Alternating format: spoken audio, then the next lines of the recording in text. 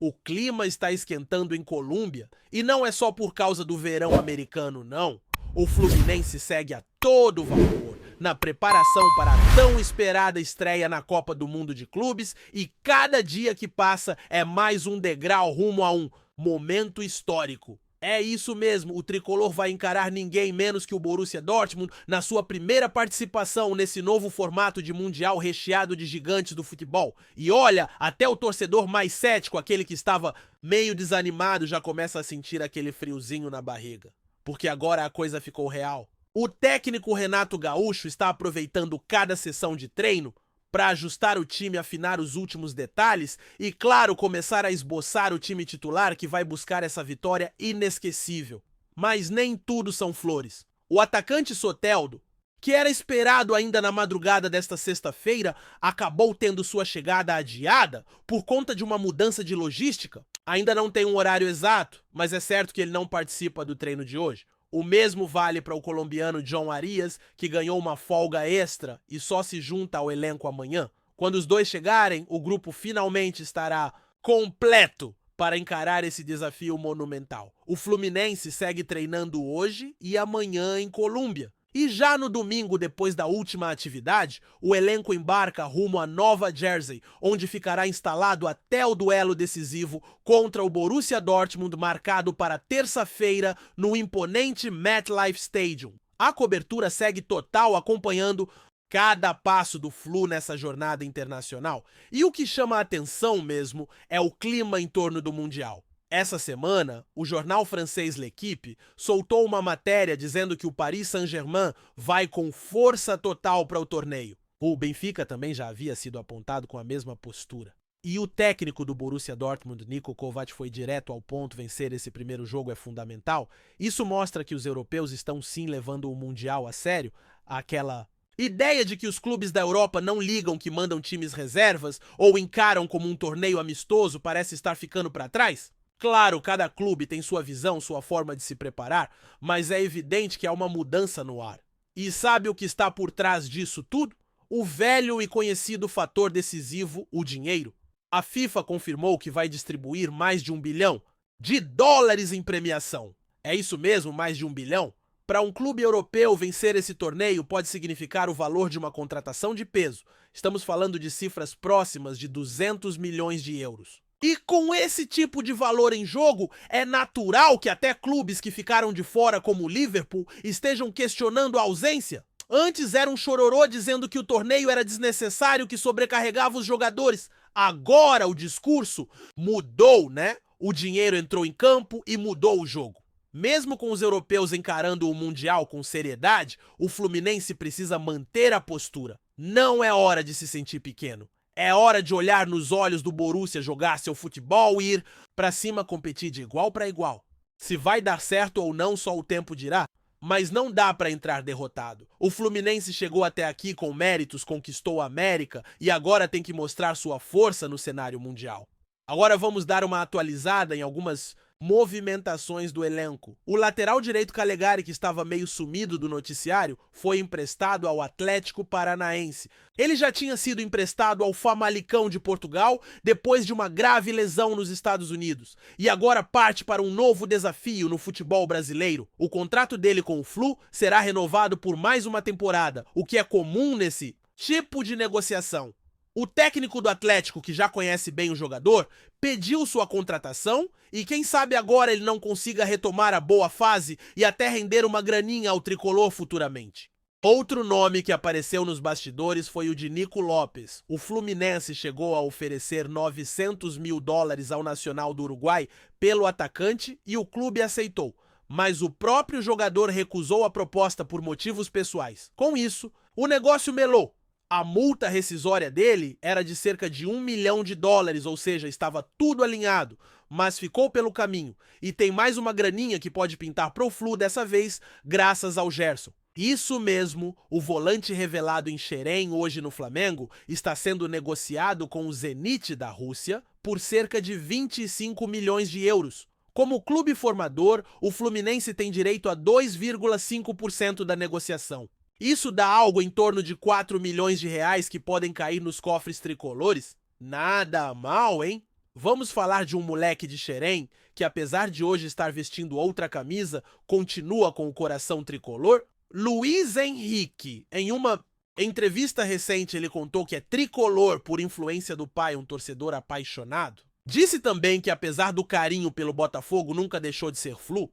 É claro que isso gerou polêmica ainda mais porque ele foi muito bem recebido pela torcida botafoguense. Mas vamos combinar, o cara foi sincero. Não falou mal do Fluminense, só agradeceu o apoio que recebeu no novo clube. E a gente sabe, né? Futebol é emoção, é identificação. E o importante é que ele nunca renegou suas origens. Quem sabe um dia ele não volta, né? E falando em retorno, é impossível não lembrar daquela janela em que o Fluminense teve a chance de repatriar o próprio Luiz Henrique. O valor não era baixo, mas também não era nada tão absurdo se a gente comparar com o que o clube acabou investindo em outras contratações que, sinceramente, não deram retorno técnico ou financeiro. Teve muito torcedor que se iludiu, que acreditou que poderia rolar esse reencontro com Xerém, mas no fim das contas, quem levou mesmo foi o Botafogo, que apostou alto e pagou cerca de 20 milhões de euros para ter o atacante. Isso mostra o quanto o mercado mudou e como os rivais também estão se movimentando pesado.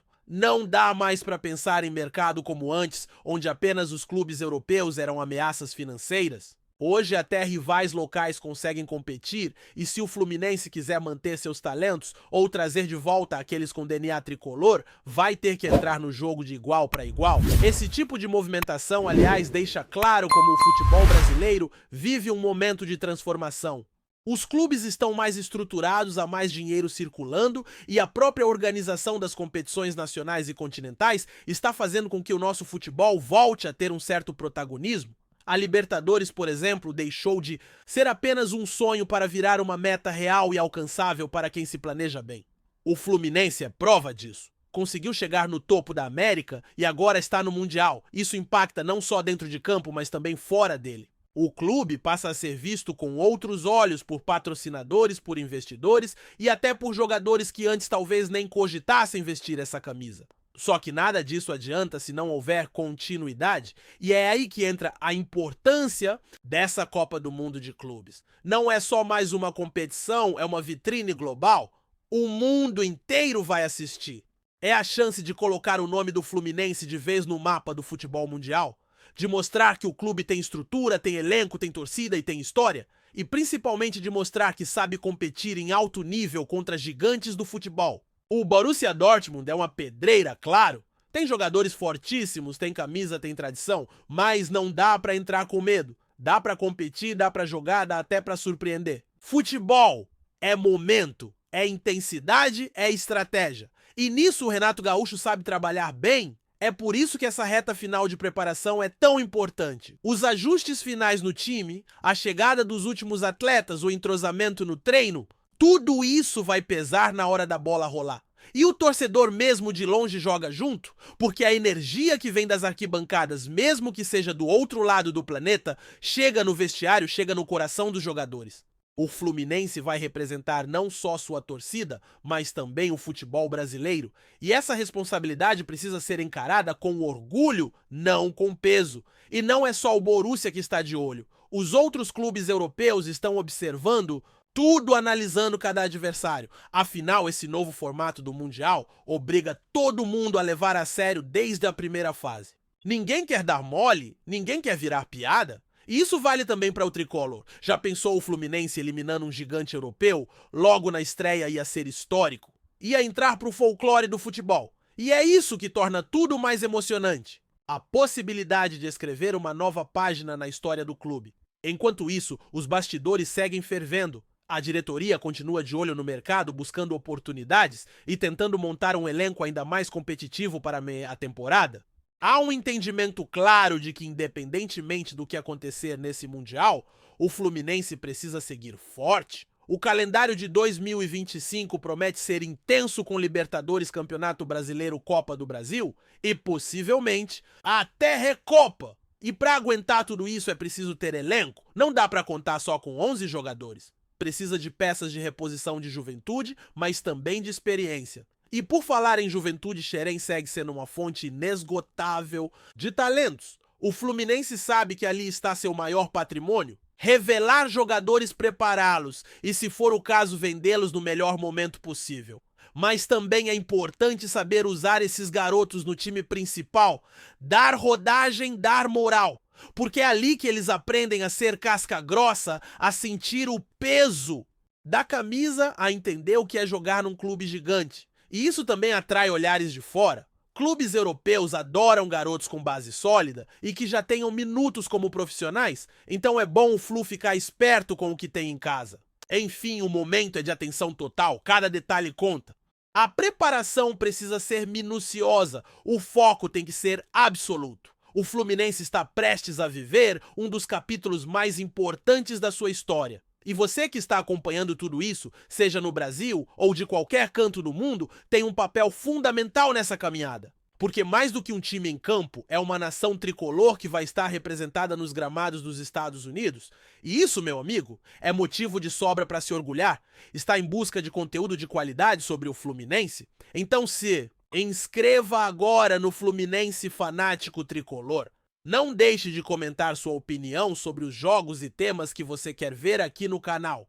Juntos vamos fortalecer ainda mais essa paixão. Em sua preparação final para o Mundial de Clubes, o Fluminense mostrou força e poder ofensivo ao golear o Charleston Battery por 6-2 em um jogo-treino realizado nos Estados Unidos. A partida, embora amistosa, teve grande importância para o técnico Fernando Diniz avaliar o elenco e dar ritmo de jogo aos atletas antes da estreia na competição internacional. O grande destaque foi Germán Cano, que marcou 2 vezes e encerrou um incômodo jejum de mais de 2 meses sem balançar as redes, um alívio para o atacante e para a torcida tricolor, que deposita nele grande parte das esperanças ofensivas da equipe. O confronto, realizado com clima descontraído, serviu para o Fluminense testar alternativas táticas e observar o desempenho físico do grupo após o período de recesso. Apesar da diferença técnica entre as equipes, o Charleston Battery disputa a USL Championship, a segunda divisão dos Estados Unidos. O tricolor encarou o duelo com seriedade, dominando as ações desde os primeiros minutos. O placar elástico refletiu o controle da equipe carioca sobre o jogo, com boa movimentação no meio-campo, transições rápidas e finalizações eficientes. Além de Cano, outros nomes também se destacaram, mostrando que o Fluminense chega forte para o Mundial. A vitória serve como injeção de confiança para o grupo, especialmente após uma sequência de atuações irregulares no fim da temporada brasileira. O técnico Fernando Diniz comemorou a atuação sólida e valorizou o empenho dos jogadores, destacando a importância de ajustes pontuais para enfrentar adversários de maior calibre no torneio da FIFA. Com essa goleada, o Fluminense envia um recado claro: está pronto para o desafio global. A torcida, que acompanha ansiosa cada passo da equipe, agora volta suas atenções para a estreia no Mundial, onde o tricolor buscará um feito inédito em sua história. A esperança se renova com os gols de Cano, a intensidade coletiva e a promessa de mais uma exibição de futebol envolvente sob o comando de Diniz. A torcida tricolor merece o melhor conteúdo? Inscreva-se no Fluminense Fanático Tricolor, curta o vídeo e compartilhe com seus amigos. Juntos, vamos celebrar cada conquista do nosso Fluminense. Vem fazer parte dessa jornada com a gente?